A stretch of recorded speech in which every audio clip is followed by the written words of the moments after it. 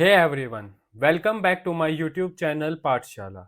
आज जो पोएम हम करने जा रहे हैं उसका नाम है द गार्डन, जिसे एंड्रयू मार्वेल ने लिखा था और इसे पब्लिश उनकी डेथ के बाद 1681 में उनके पोइट्री कलेक्शन मिसलेनियस पोएम्स में कराया गया था। एंड्रयू मार्वेल का लाइफ पीरियड 1621 से 1678 का था। वो एक इंग्लिश पोइट और पॉलिटिकल लीडर थे। प्रेजेंट टाइम में मार्वल को one of the best metaphysical poets में कंसिडर किया जाता है। उनके नोटेबल वर्क्स है an Horatian ode upon Oliver Cromwell's return from Ireland, जो 1950 में पब्लिश हुई। द रिहर्सल ट्रांसप्रोज्ड, जो 1672 से 73 के बीच पब्लिश हुई। और टू हिज कोई मिस्ट्रेस, जो 1681 में पब्लिश हुई। तो चलिए, पोएम को स्टार्ट करने से पहले हम एक बार पोएम के बारे में ब्रीफली समझ लेते हैं। एंड्रयू मार्वल ने अपनी इस मेटाफिजिकल पोएम द गार्डन को 17th सेंचुरी में लिखा था। इस पोएम में पोएट नेचर और ह्यूमन एक्सिस्टेंस के बीच कनेक्शन को एग्जामाइन करता है। मार्वल की पोएम रीडर्स को लाइफ की डिफिकल्टीज और अर्थली जॉयज के ब्रीफ नेचर पर फोकस करने को कह रहा है। इस पोएम में पोएट सेल्फ कैरेक्टराइज्ड और पेंसिव और डीप टोन का यूज कर रहा है। इस पोएम में एंड्रयू ग्रीन गार्डन के सोलिटरी प्लेजर्स के लिए कंप्लीट ह्यूमन सिविलाइजेशन को रिजेक्ट कर रहा है। पोइट गार्डन में अकेला है और कह रहा है कि एक पर्सन सोलिटरी गार्डन में अपनी लाइफ के ट्रूली बेस्ट टाइम को एक्सपीरियंस कर सकता है।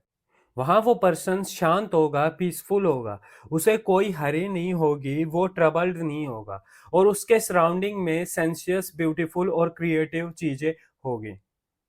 आगे पॉइंट कहता है कि यह कितना सिली है कि लोग अपनी लाइफ को फेम और लव को परस्यू करने में स्पेंड कर देते हैं, जिसकी जगह उन्हें गार्डन की ग्रीन पीसफुल शेड में इमर्स होना चाहिए।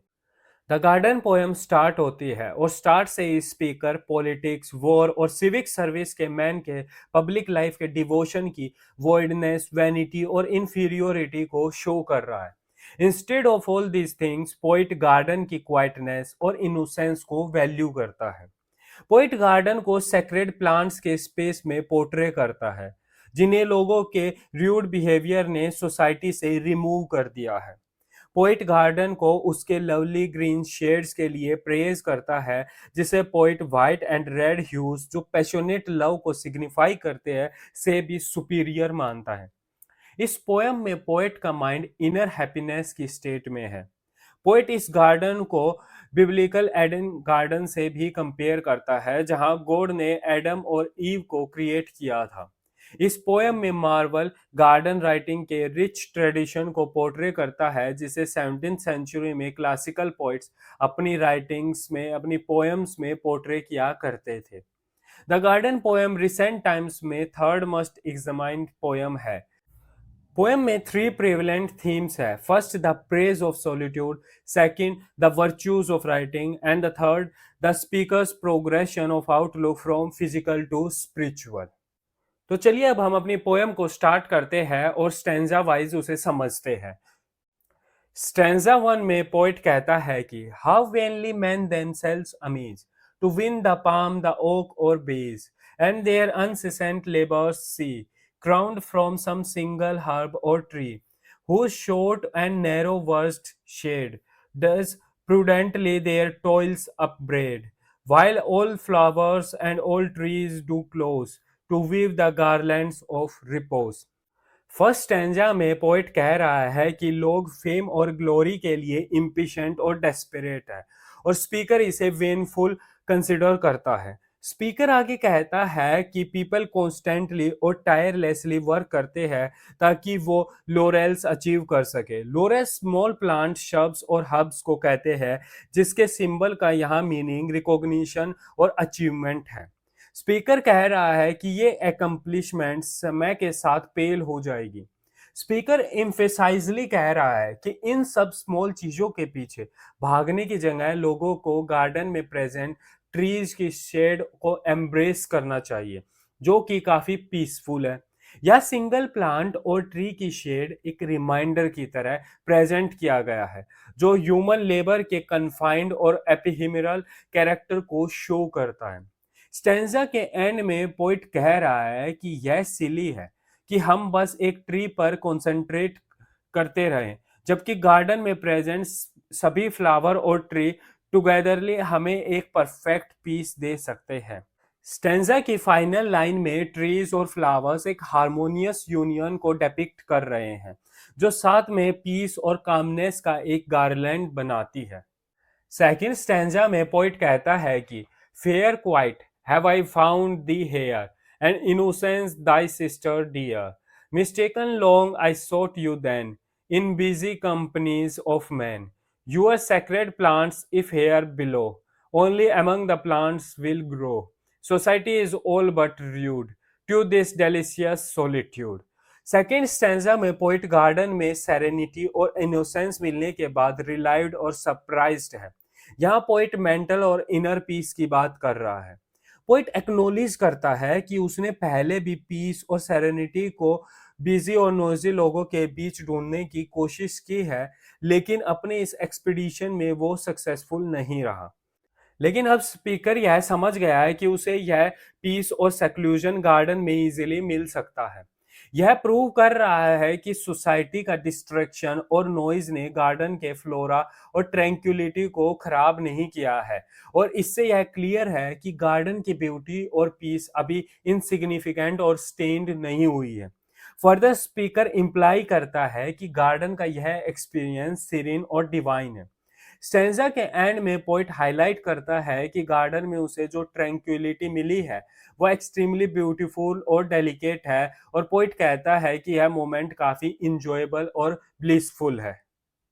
आगे थर्ड स्टैंजा में पोइट कहता है कि no white no red was ever seen so amorous as this lovely green, fond lovers cruel as their flame, cut in these trees their mistress name, little alas they know or heed, how far these beauties hers exceed, fair trees whereas ever your barks I wound, no name shall but your own be found।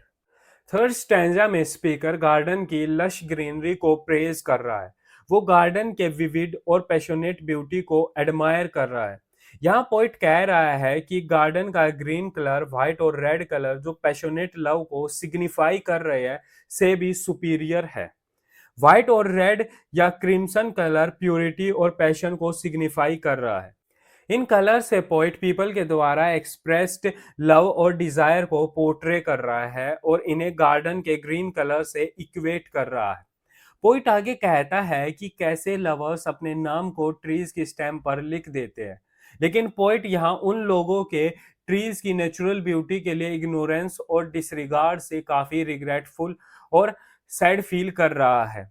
सेंजा के and में poet promise करता है कि वो trees की bark पर कोई भी नेम एनग्रेव नहीं करेगा, क्योंकि पोइट बिलीव करता है कि ट्रीज की नेचुरल ब्यूटी मोर प्रेज वर्दी है।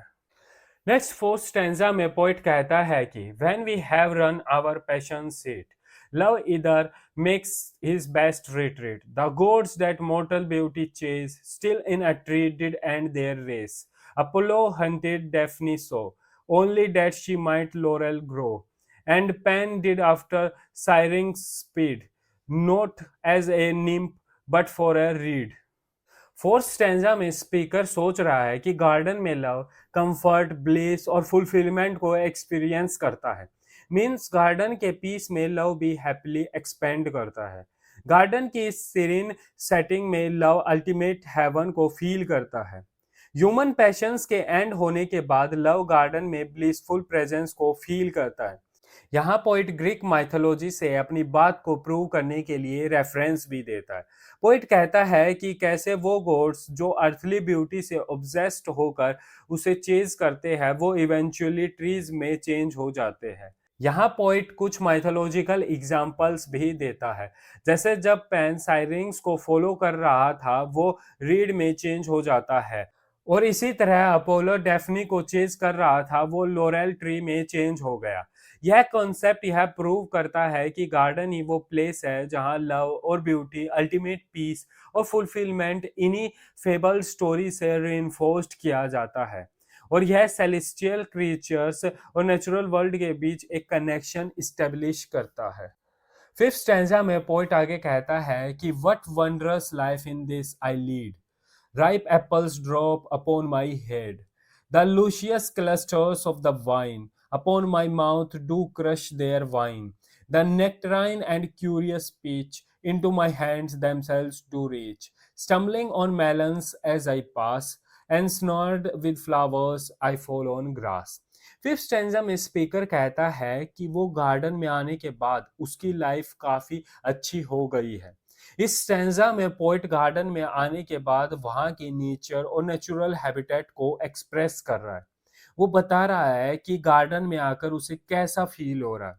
पोइट कहता है कि गार्डन में काफी फ्रूट्स के पेड़ लगे हुए हैं और पोइट को राइप एप्पल्स का फ्रूट जूस काफी पसंद है। पोइट गार्डन में घूम रहा है और राइप फ्रूट्स उसके हर तरफ गिरे हुए हैं और नेक्टराइन और पीच का पेड़ उसका जॉयफुली वेलकम कर रहा है। और जब पोइट गार्डन को क्रॉस कर रहा है तो पोइट मेलन्स को देखता है। पोइट गार्डन में लार्ज क्वांटिटीज में फ्रूट्स और ट्रीज को देखता है और गार्डन में लगे एक्सट्रीमली ब्यूटीफुल और डेलिकेट फ्लावर्स उसे टेम्प्ट कर रहे हैं और उस टेम्पटेशन में खुद को वो सरेंडर कर देता है। स्टैंजा 6 में पोइट कहता है, meanwhile the mind from pleasureless withdraws into its happiness. The mind that ocean where each kind does straight its own resemblance find. Yet it creates transcending these far other worlds and other seas, annihilating all that's made to a green thought in a green shade. Poet इस stanza में claim करता है कि वो grass पर है और उसका माइंड बॉडी से डिसंगेज हो गया है, क्योंकि पोइट का माइंड फ्रूट से मिल रहे इंफीरियर और सेकेंडरी प्लेजर्स में इंटरेस्टेड नहीं है। पोइट कह रहा है कि उसका माइंड इटसेल्फ इंजॉयमेंट को क्रिएट कर रहा है। पोइट कह रहा है कि माइंड एक ओशियन की तरह है जहां सभी एनिमल्स रिजेंबल करते हैं। पोइट आगे कहता है कि हमारा माइंड न्यू वर्ल्ड और सीज को क्रिएट करने में कैपेबल है और ये न्यू इमेजिनरी वर्ल्ड्स और सीज रियलिटी से भी ज़्यादा ब्यूटीफुल होते हैं। पोइट कह रहा है कि जो भी चीज क्रिएट हुई है वो एक दिन खत्म हो जाएगी। इंटेलेक्ट पीपल नेचुरल वर्ल्ड और सीज और उसकी ब्यूटी को अपनी इमेजिनेशन में क्रिएट कर सकते हैं और वो उन्हें रिड्यूस भी कर सकते हैं और एक्सिस्टिंग चीज़ों के रिड्यूस होने पर वो न्यू थिंग्स को लाइफ और स्पेस प्रोवाइड करेंगे और एक लश ट्री के नीचे जब वो होंगे तो न्यू आइडियाज क्रिएट होंगे। स्टेंजा 7 में पोइट कहता है कि here at the fountain sliding foot और at some fruit trees mossy root, casting the body's vest aside, my soul into the boughs does glide. There like a bird it sits and sings, then waits and combs its silver wings, and till prepared for longer flight, waves in its plumes the various light. इस stanza में poet कह रहा है कि उसकी soul body की outer covering को shade कर रही है और साइलेंटली पोइट की सोल गार्डन में ट्रीज में इन्वॉल्व हो जाती है। पोइट कह रहा है कि उसकी सोल गार्डन में ट्रीज की ब्रांचेस में साइलेंटली स्लिप कर रही है जो फाउंटेन के पास लगे हैं, जहां पोइट के फीट ग्राउंड मॉइस्चर के कारण रिसाइड कर रहे हैं और सर्टेन फ्रूट ट्रीज के क्लोज है जिनके ट्रंक का लोअर सेक्शन मोस से कवर्ड है। पोइट की सोल वहां उन ट्रीज पर होगी और एक बर्ड की तरह मेलोडियस सॉन्ग्स सिंग करेगी और अपनी बीक से अपने फीदर्स को क्लीन और कॉम करेगी जैसे एक बर्ड करती है और एक लॉन्गर फ्लाइट के लिए खुद को प्रिपेयर करेगी। और जब वो अपनी विंग्स को फ्लैटर करेगी तो डिफरेंट वाइब्रेंट और वेराइड लाइट्स उससे एमर्ज होगी। स्टैंजा 8 में पोएट कहता है कि सच was that happy garden state while man there walked without a mate after a place so pure and sweet, what other help could yet be meet? But this was beyond a mortal's share, to wander solitary there, two paradises there in one, to live in paradise alone. इस instance में poet कह रहा है कि poet same जो इस condition में है जिसमें एडम था जब वो गार्डन ऑफ एडन में वॉक कर रहा था, और जब वो वहां था तो उस प्योर और लवली लोकेशन का कोई कंपैरिजन नहीं किया जा सकता है और ना ही ऐसा कोई कंपैरिजन एक्सेप्टेबल होगा। यहाँ अनदर पॉसिबिलिटी यह भी हो सकती है कि एडम ने खुद किसी पार्टनर के लिए डिजायर नहीं की होगी, क्योंकि गार्डन ऑफ एडन में कोई भी उसके पार्टनर के लिए सुटेबल नहीं हो सकता है। पोइट आगे कह रहा है कि गार्डन ऑफ एडन में फ्रीली घूमना मोर्टल्स के लिए पॉसिबल नहीं है। वो हार्डली उस प्लेजर को फील कर सकते हैं। स्टेंजा के एंड में पोइट कहता है कि अगर एडम गार्डन ऑफ एडन में अकेले रहता तो वो the garden of Aden paradise और द पैराडाइज ऑफ सॉलिट्यूड दोनों पैराडाइजेस को एंजॉय कर सकता था। पोएम के लास्ट और नाइन्थ स्टैंजा में पोइट कहता है कि how well the skilful gardener drew of flowers and herbs this dial new where from above the milder sun does through a fragrant Zodiac run, and as it works, the industrious bee computes its time as well as we. How could such sweet and wholesome hours be reckoned but with herbs and flowers? Poem के last stanza में poet gardener के talent के बारे में बात कर रहा है, जिसने गार्डन के प्लांट्स और फ्लावर्स को ऐसे ट्रेन किया है कि वो कलेक्टिवली सनडाइल की तरह फंक्शन कर रहे हैं। इन ग्रीन लीव से पास करने पर, जिन्हें पोइट जोडेक साइन से कंपेयर कर रहा है, पोइट कह रहा है कि लीव से सनरेज पास होने पर स्लोली सनडाइल पर डिसेंड करती है और उनकी हीट भी रिड्यूस हो जाती है। इस सनडाइल को यूज करके इंडस्ट्रियस भी पैसेज ऑफ टाइम को डिटरमाइन करती है और उनका टाइम का आइडिया ह्यूमन बीइंग के तरह ही प्रिसाइज होता है। पोएट पोएम को एंड करते हुए कहता है कि प्लांट्स और फ्लावर्स के क्रिएट किए सनडाइल के बिना पैसेज ऑफ लवली और रिवाइविंग आवर्स को प्रिसाइजली प्रेडिक्ट नहीं किया जा सकता है। और इसी के साथ हमारी पोएम खत्म होती है। So thank you guys, that's it for today. Don't forget to like, share and comment on the video and subscribe my channel.